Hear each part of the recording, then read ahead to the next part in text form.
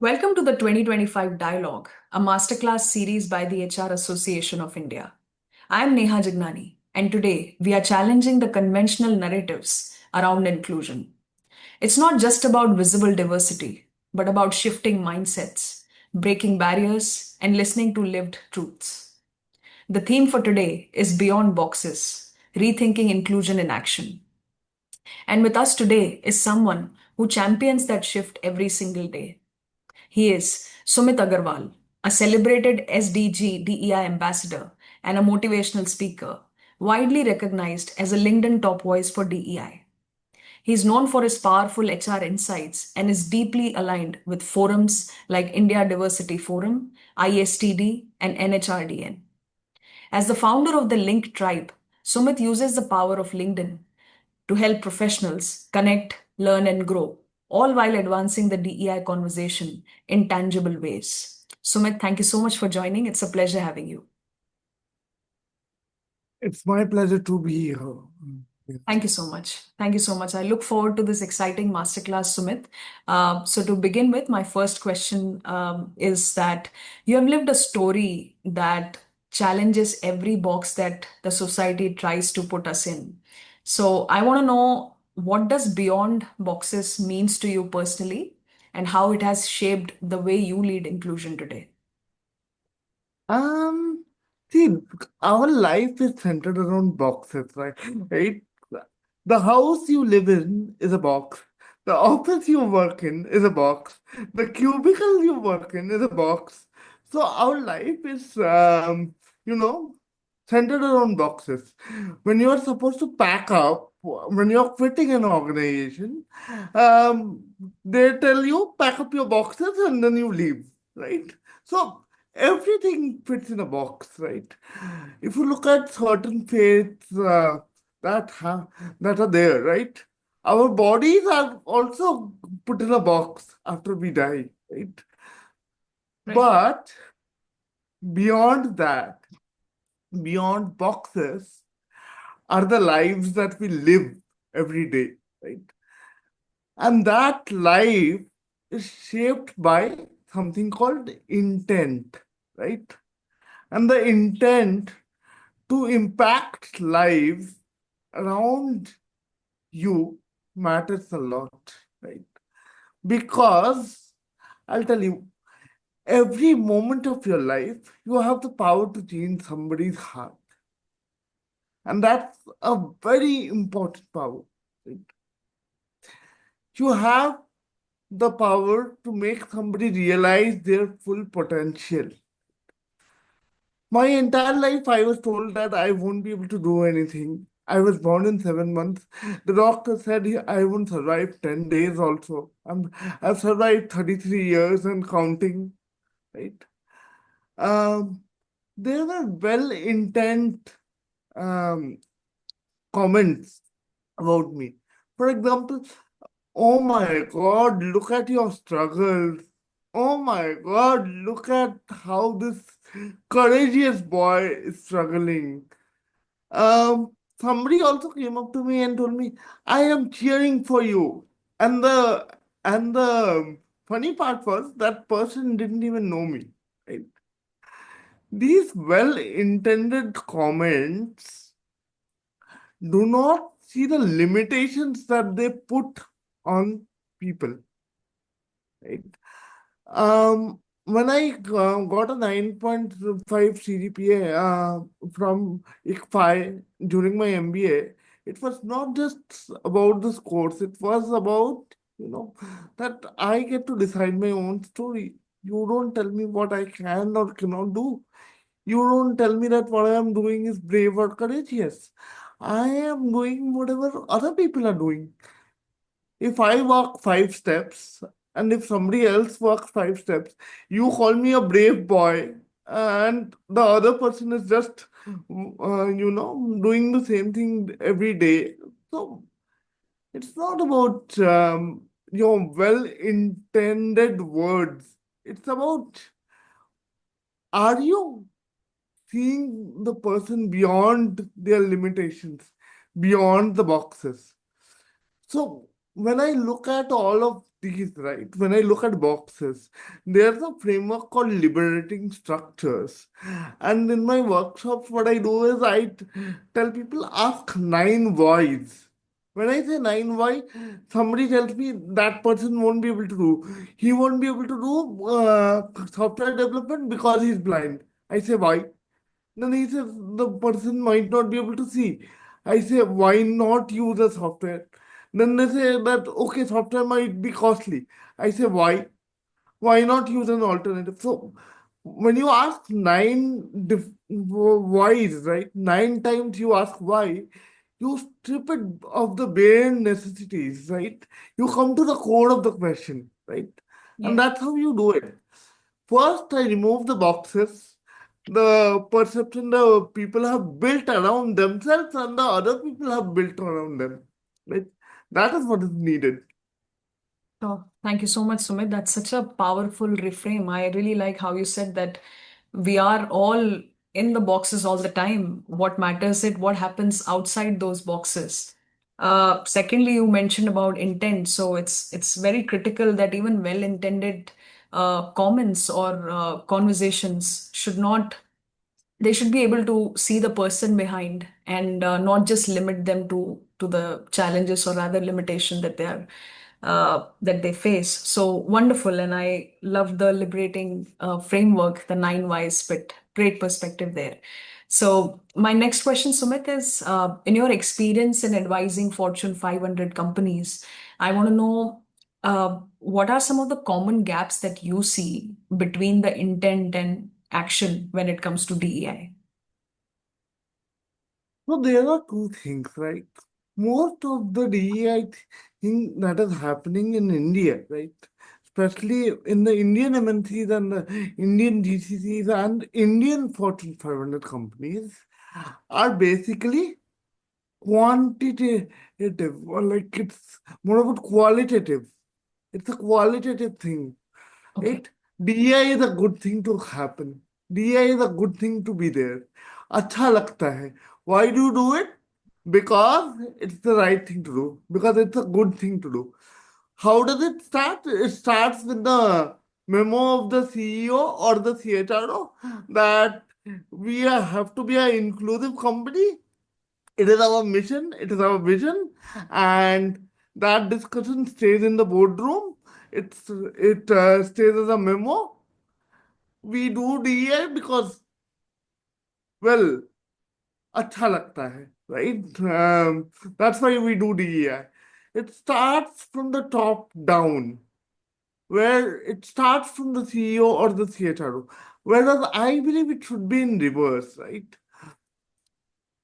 If you look at DEI as a perspective, right? If you want to implement DEI, there should be three things, right?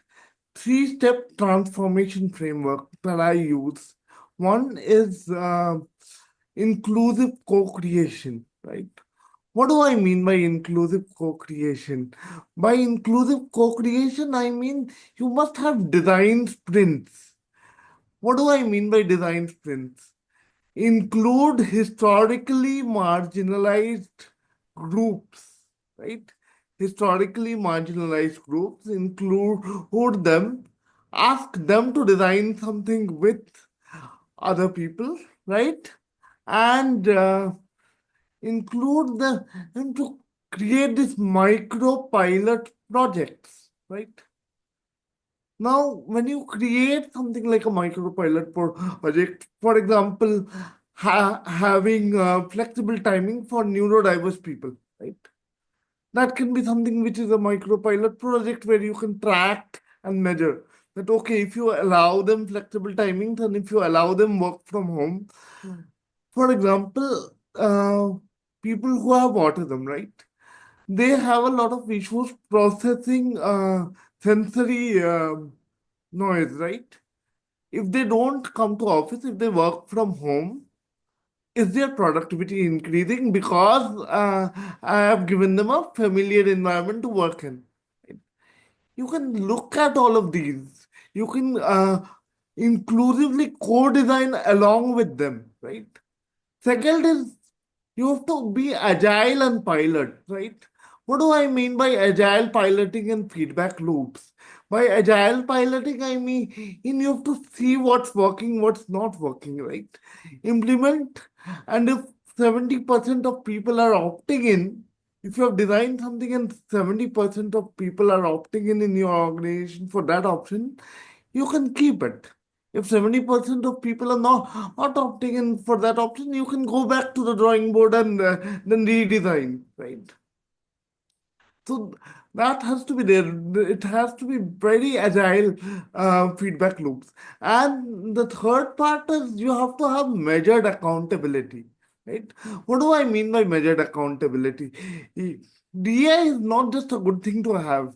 If I say that CEO का and CHRO का bonus 5% या 10% जो भी हो तभी मिलेगा. They will get the bonus only when certain DEI targets are met. If that happens now, the senior management has the skin in the game. All of the managers, they get certain ESOPs if the DEI targets are met, they get certain bonuses, certain awards, certain tangible things. Then DEI doesn't stay as a, अच्छा लगता है and it's a good thing to have. Then everybody has the skin in the game, right? So that is very important. From quantitative, from qualitative to quantitative, where you quantify कि अच्छा ठीक है, these are our targets, these need to be met. Sure. Thank you so much. That was truly insightful. So Yeah. I especially like the three-step framework, which goes very deep. Very great perspective there, Sumit. Inclusive co-creation, agile piloting and feedback loop, and measuring accountability. And lastly, DEI is not just a good thing to have. It's a natural. It should be the natural way of being. It should not just be about ticking boxes. That's when the belongingness happen. That's when the whole workforce can thrive. So thank you so much for your inputs. I'll move on to the next question, which is you have spoken on 300 plus platforms and have impacted countless lives, Sumit. So I want to know if there is one particular moment or incident that made you feel, like why this deep work actually matters to you. There's not just one particular event. Every event that I speak at, right? If it's a live event where I'm able to interact with people, right? They're able to come up to me and share their stories and the impact that I've made on them, right? For example, there was this education summit that was happening, and I was a keynote speaker at that education summit. I was talking on inclusive education and how I overcome the came the challenges. People told my mom to put me in special schools, but she insisted that he would go to a mainstream education, and I was sharing my story, right? After I was done with the event, this teacher, he came up to me and he told me that Sumit, I had a cochlear implant, which means she was hard of hearing. But before that, before she had a cochlear implant, the school she used to teach in, there was a lot of issues because he wasn't able to understand the students, right? Mhm. And she wasn't able to, communicate with them. But she was able to follow me on various social media platforms, and she was able to figure out that sign language courses, right, only take 2 to 3 weeks. And she requested the principal of the school to have a sign language course for the students. So everybody was trained on a crash course for sign language, which took only 2 to 3 weeks, right? And the teacher had suddenly had the best attendance in the class. Everybody wanted to be a sign language, knowing student because suddenly it was not just necessary, but it was also cool to have a language which can be used by science. Because when I was growing up, there was this anime called Naruto, right? And people used to make all this hand signs, hand gestures to be a ninja and everything, right? So the kids found it very cool that, okay, they can also use it as a language, right? So it also opens up new possibilities. You have to look at things in a different way. Right? Sure, that Uh, Once upon a time, I was speaking at another conference in Bangalore for a Fortune 500 company, right? Um, उस time कोई questions नहीं आया था but after 2 weeks somebody called me up asked for my address and after a week I received a sketch of mine, right? And along with the sketch was a letter that my son is autistic and this is the sketch my son has made for you after listening to your talk online on social media on recorded session and he wanted to thank you. So so I don't think I can really measure the impact of what I've done, but it feels good. Thank you so much, Sumit. Such a moving example and such a humbling gesture by the individual there. Totally inspiring, Sumit. Thank you so much for sharing that.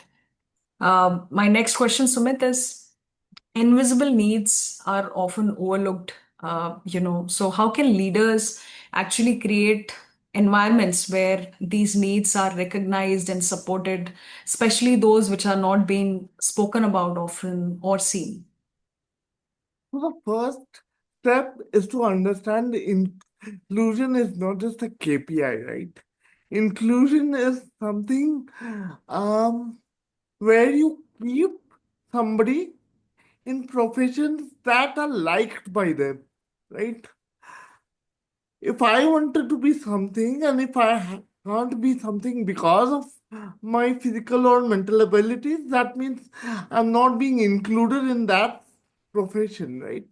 So you have to first understand that inclusion is not just a KPI, it is something which is out of empathy, right? And it starts with empathy, right? And it's a journey, it never stops, right? So, first is you have to understand and that you have to have anonymous check-ins, right? When you have anonymous check-ins with your teammates, with your colleagues, with your juniors, with your seniors even, right? That there are a lot of companies where I'm a consultant, right? And I call up my immediate supervisors or I call up my boss and I'm like, ma'am, how are you feeling today? Um, they're like, Sumit, is everything all right? I'm like, that's what I call to ask. Is everything all right? I do it once a month, once in 2 months. I do it. Anonymous check-ins have to be there. That is your genuine way to connect, right? You can't just schedule a call and keep it in a calendar, right? Just call them up randomly and say, hey, what are you doing? What's your weekend plan? Right? Because once we get into a professional setting now, we forget our ability to be friends with somebody. Genuinely, like genuine friendship I'm talking about.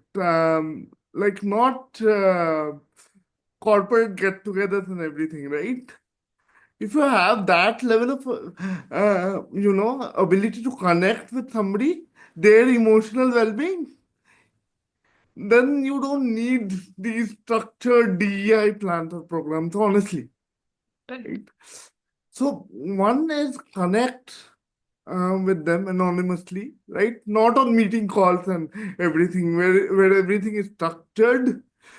Second is you have to have these empathy pods, right? Miniature empathy pods where teams from multiple cross functionalities are put together on a WhatsApp group or maybe something very informal, right?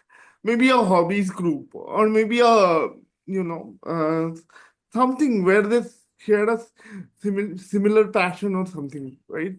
Where they meet up once in a week, discuss about anything other than work, right? So have these empathy pods, have these anonymous check-ins, right? Sure.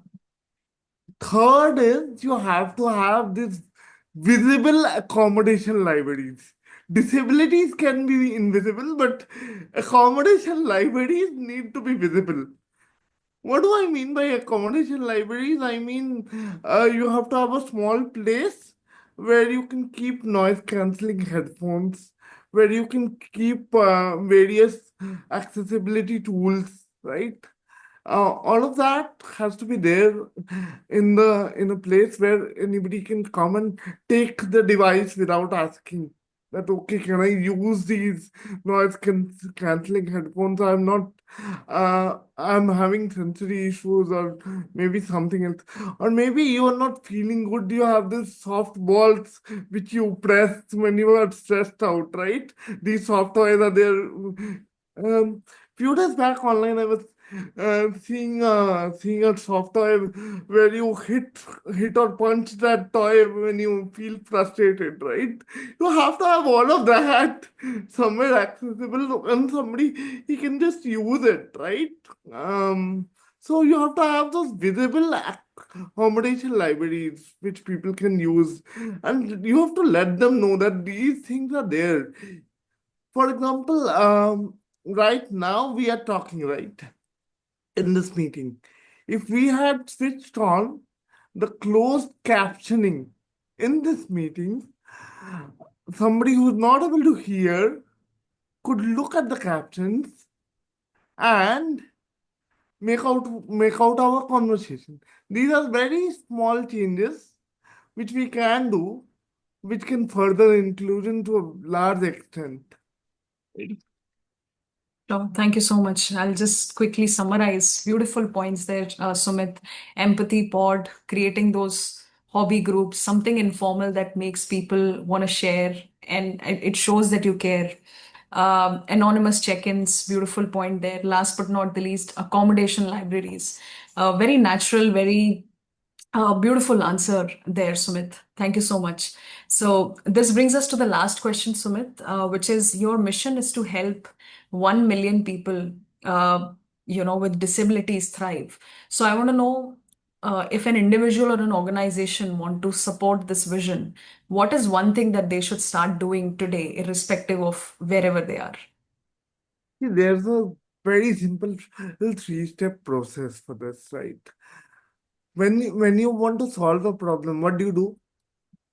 You don't go out and start acting on the problem, right? You first listen. So the first step is to listen. Find a person with a disability in your network, in your company, in your team, and then ask them that, okay, you are working at XYZ company, you are working in my team. What is that one thing which I can do to support you? Or what is that one thing which I can change to make you work better? Or maybe help you in your personal life also. If I maybe do that change, um, let me give you a very concrete example, right? There was a company which had team meetings, right? And the attendance was low because the team meeting was in the afternoon, right? And what I specifically found out was the team had low attendance because the meeting was scheduled at 12:30 to around 12:30 to 2:30. So that 2 hours, the team was full of working mothers. That time they were a remote team. They were working at the households also, helping out in the kitchen, helping out their staff as well, right? When you change the timing to evening, the attendance rose because that time is the time of a little relaxation, right? If you have kids, the kids are also at home, they've come from school and everything, right? So the mothers are a little relaxed. So you have to change, you have to listen to the problem to change the, maybe just change the timing, maybe give them flexible work hours, give them um, the freedom to decide on the days they want to work, right? Somebody who has muscular atrophy, right? Their muscles have pain, right? Give them flexibility to decide their own working hours, right? So all of that has to be there. So the first step is listening, right? Then you act on it. How do you act on it? Maybe take a micro suggestion that they gave you. That okay, I am not able to type because my fingers are paining. I would like to use Microsoft dictation, right? But I would like to use maybe a headphone so that I don't disturb other people while I'm doing it, right? So you are giving them the liberty to uh, make documents faster without typing, right? I have issues on my fingers, right? I can't type that fast. I use voice chat. With the advent of AI and with the advent of all of these softwares, it's just become too easy to do it, right? Technology, as I keep saying on, it's always an enabler, right? Yes. So so then you first listened, then you acted. The third step is to alleviate, where you recognize their performance, where you create a maybe a reference manual, right? That okay, this person XYZ had this problem where we implemented these kind of solutions. Will this kind of solution work for you? And then you also recognize the performance of the person. You put them up on the newsletters, you put up awards, you recognize their performance, you tell them to bring more neurodivergent colleagues or people with disabilities into the system. It's just a cascading effect, right? So that's how this works. So that's a beautifully grounded call to action, I would say. Simple yet very powerful. It starts with listening. It then when you enable people, when you take their suggestions, it's that when you respect the individual. And last but not the least, alleviate, recognizing their performance. So it sums it up beautifully, Sumit. Thank you so much. So this brings us to the end of the masterclass, and I thank you on behalf of HRAI for sharing these deep insights. It is more like you lived with the truth, and thank you so much for sharing this with us. Our audiences are going to greatly benefit and take inspiration from a lot of your insights today. So thank you so much. Thank you, Nancy. My Thank pleasure. Thanks a lot. I'll just have a quick note to our listeners, Sumit. Thank you for tuning into this masterclass. If you enjoyed today's conversation, do not forget to subscribe and leave a review. Until we meet next time, remember, inclusion doesn't require permission, just intentions. Thank you so much. Thanks, Sumit. Thank you, Nancy.